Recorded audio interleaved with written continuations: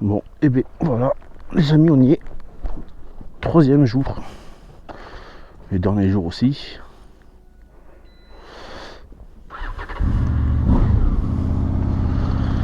Donc, si vous cherchez un endroit pour dormir à plusieurs ou avec des prix raisonnables, au village Les Cabanes, le gîte, là, complexe des Oustalous, c'est super sympa.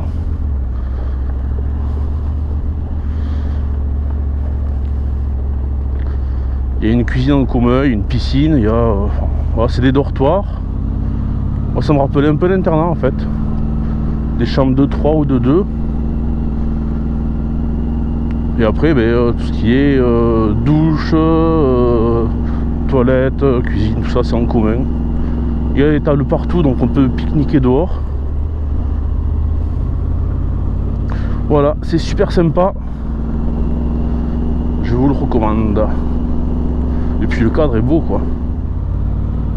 Ouais, du coup, pour ce dernier jour, j'ai pas encore fait le topo. On va s'arrêter pour acheter un truc à manger et pique-niquer, je sais pas trop où, vers Tarascon. Je sais pas trop par où je vais rentrer. Vous voyez ce que je vous disais là, on a la vue directement, on passe sur Total Energy. Hein. Mais là, ça donne envie, ouais, c'est beau. Ah, le cadre est vraiment cool, quoi.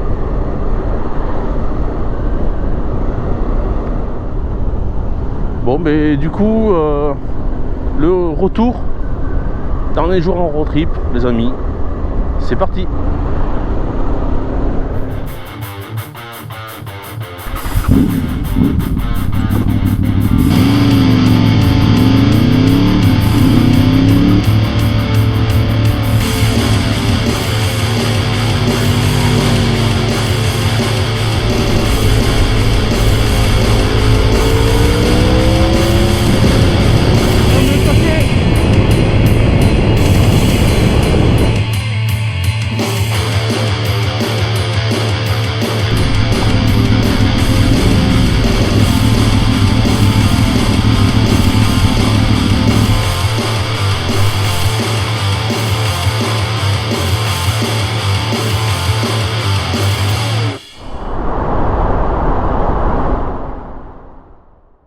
Et pour bien commencer cette dernière journée, il ne manquait à ce road trip qu'une chose. Attention, tabadabadabadam, roulement de tambour, un tocard. Je vous remets le contexte, car forcément, le début de la vidéo est buggé. Avant l'entrée de ce tunnel, le conducteur de cette BM a décidé de me coller. Mais me coller vraiment, quoi. Du coup, j'étais obligé de me mettre sur la bande d'arrêt d'urgence pour le laisser passer. Donc si jamais vous voyez une BM immatriculée 1083 TG47, je vous conseille de changer de voie. Et j'avoue qu'il ne m'en faut pas guère plus pour me faire dégoupiller. Ah là là les amis, qu'est-ce qu'on est bien dans nos campagnes. En plus d'avoir eu peur sur la route, le micro qui est dans mon casque est en train de me lâcher. À l'heure où je vous parle, il est hélas décédé. Paix à son âme et merci à toi de m'avoir servi pendant si peu de temps. Donc, je vous explique que la première partie, c'était surtout des lignes droites, et puis des voies rapides, et puis c'était chiant, et puis c'était long. Et je vous fais un petit retour à chaud sur la fameuse BM. BM de Kéké, matriculé dans le 47. Sûrement qu'ils devaient rentrer du pas de la case, sûrement qu'ils avaient peut-être commencé à consommer un peu ce qu'ils avaient pris, qu'ils fumaient quelques pétards. Bref, donc ça roule à 110, rétrécissement à 80 sur une seule voie. Ben, je me mets à 80 quoi. Enfin, c'est des grosses routes, il y a des radars partout là-bas, j'ai pas envie de jouer mon permis. Je mets derrière la voiture qui est devant moi quoi, enfin avec de la distance de sécurité, en mode tranquillou. Et là, à un moment, dans mon rétro, je vois qu'il y a un capot qui est mais juste contre moi quoi. Et en fait le mec ça le saoulait je pense. Ou alors il m'a pas vu, je sais pas, mais en même temps pour pas voir quoi. Tu vois la moto rouge avec les valises et tout, enfin c'est un peu... c'est voyant quand même. Ben, le mec il m'a frôlé. Et il a fallu limite que je me serre en fait, c'était vraiment dangereux. Et après encore ils me font des signes quoi. Donc, comme je l'ai dit plus tôt, une fois que le micro a lâché, je vous racontais vite fait qu'après les signes, eh ben, je ne vais pas vous faire un dessin sur les signes. De toute façon, je ne sais pas dessiner, donc ça n'aurait pas marché. Mais par contre, il y a un sujet que je n'ai pas encore abordé avec vous, mon itinéraire. Et oui, parce que en fait, au début de cette vidéo, je me trouve en Ariège, à la ville des Cabanes. Il faut bien que je rentre chez moi. Mais pour arriver à rentrer, il me faut tirer plein nord. Et là, sur la route, quand on tire plein nord, se trouve Toulouse. Toulouse et ses autoroutes, et ses voies rapides, avec son périph'. Ces gens qui sont tous pressés et excités. Bref, c'est l'horreur. Alors, en voiture, quand on est un petit peu pressé, je peux éventuellement comprendre qu'on prenne l'autoroute, qu'on décide de passer par Toulouse.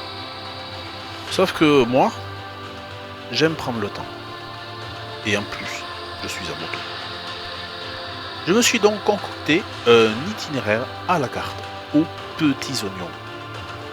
J'ai donc quitté la voie rapide à Nayoux, direction Villefranche de Lauragais, puis Caraman, ces derniers villages sont en Haute-Garonne. Puis l'entrée dans le Tarn, avec Lavore, puis Rabastens, et enfin les hauteurs de la forêt de la Grésigne, avant de rentrer définitivement. Je vous avoue, et je le dis avec un certain étonnement, que cette partie du voyage, celle que vous voyez là, pas ce qu'il y avait avant, eh bien cette partie, elle était plutôt agréable. De belles routes, avec un revêtement propre, déserte de véhicules, avec une belle vue dégagée, certes vue sur des champs, mais une vue quand même qui est là. Et puis quelques petites courbes pour couper la monotonie. Bon les amis, la caméra elle a bugué tout à l'heure, c'est dommage, il y avait une petite route sympa avec une petite route sinueuse, tout ombragé avec plein de platanes partout. Ici il y a beaucoup de platanes sur les bords de route, donc ça c'est agréable. Donc là on est à Lavore, moi je vais direction l'Isle-sur-Tarn et je sais pas si c'est là ou si c'est l'autre. J'aurais peut-être dû aller par là. Ouais, c'était là derrière.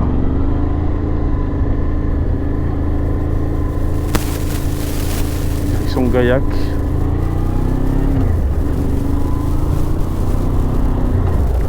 Et je pense que je trouverai l'Isle-sur-Tarn à un moment. Hop là.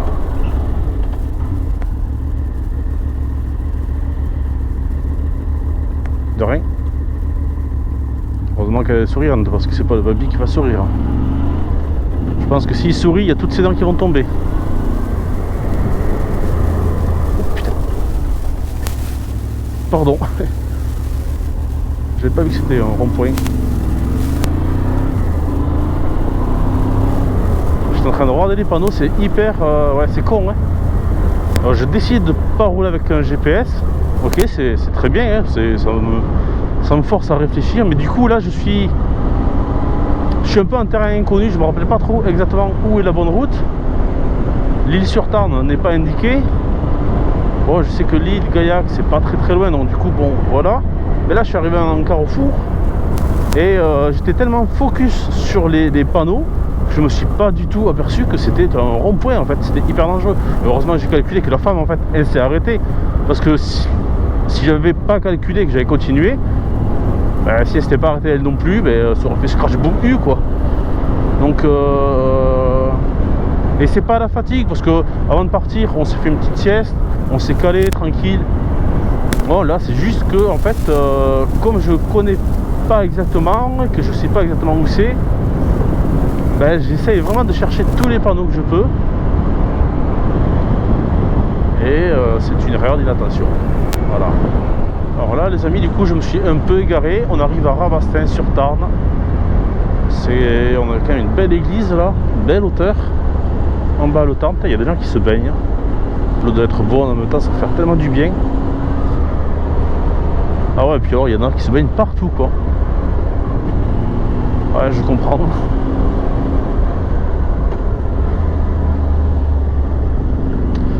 Donc là je vais...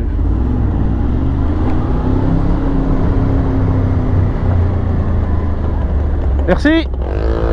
Oh, ce barreau qui te fait. Bon alors, les sur Tarn, hop.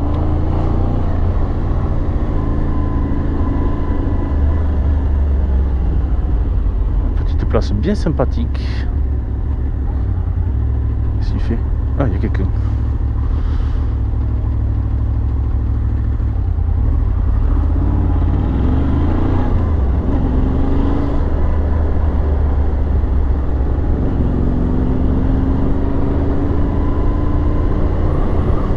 Par Salvagnac aussi, plutôt que de descendre à Saint-Sulpice et puis remonter. Ah ouais, je préfère demi-tour ici et ouais, on va faire ça. Bah écoutez les amis, on va passer par Salvagnac, je vais faire demi-tour et au moins on va avoir un peu de fraîcheur parce que là, ces grosses routes.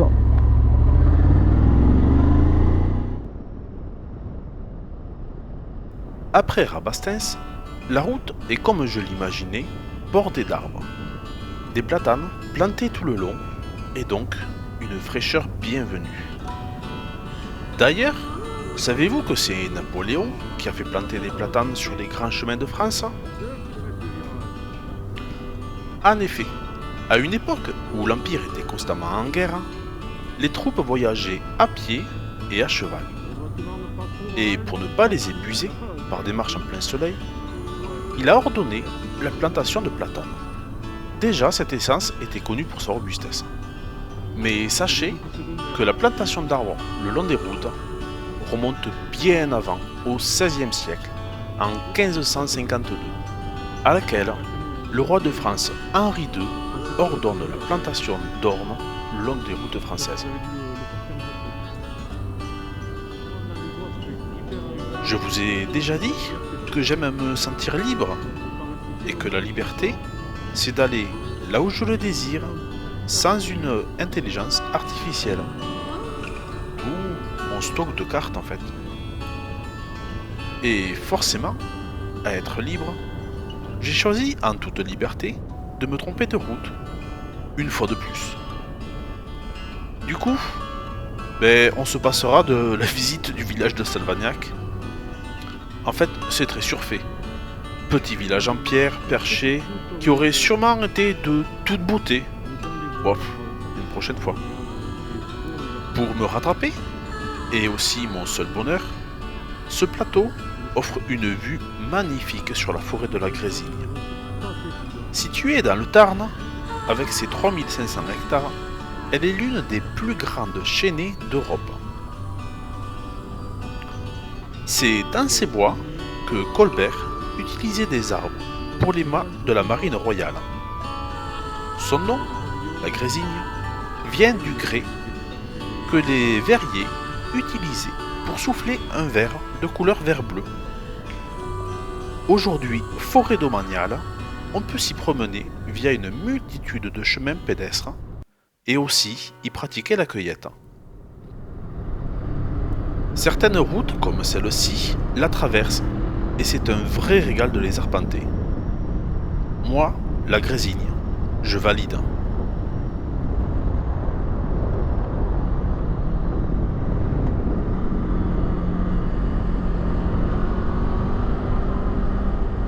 Et c'est avec un bon coup de poignet et beaucoup de fun que j'ai continué ma route. Dernier petit spot sympa du voyage, le village de Montricou, situé sur la rive droite de l'Aveyron.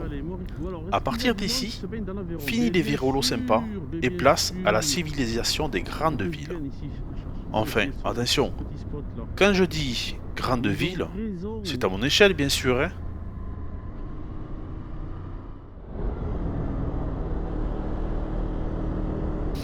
Et donc voici venu le temps de se séparer. J'en arrive à la fin de ce road trip. J'espère que vous avez aimé cette vidéo. ainsi que cette série. Si c'est le cas, n'hésitez pas à me mettre un petit pouce bleu. Abonnez-vous si ce n'est déjà fait. Ça ne vous coûtera rien, mais pour moi ça fait beaucoup. Je vous souhaite donc une bonne fin de journée, une bonne fin de vidéo, et à une prochaine pour un prochain road trip à moto. Vie à vous les amis!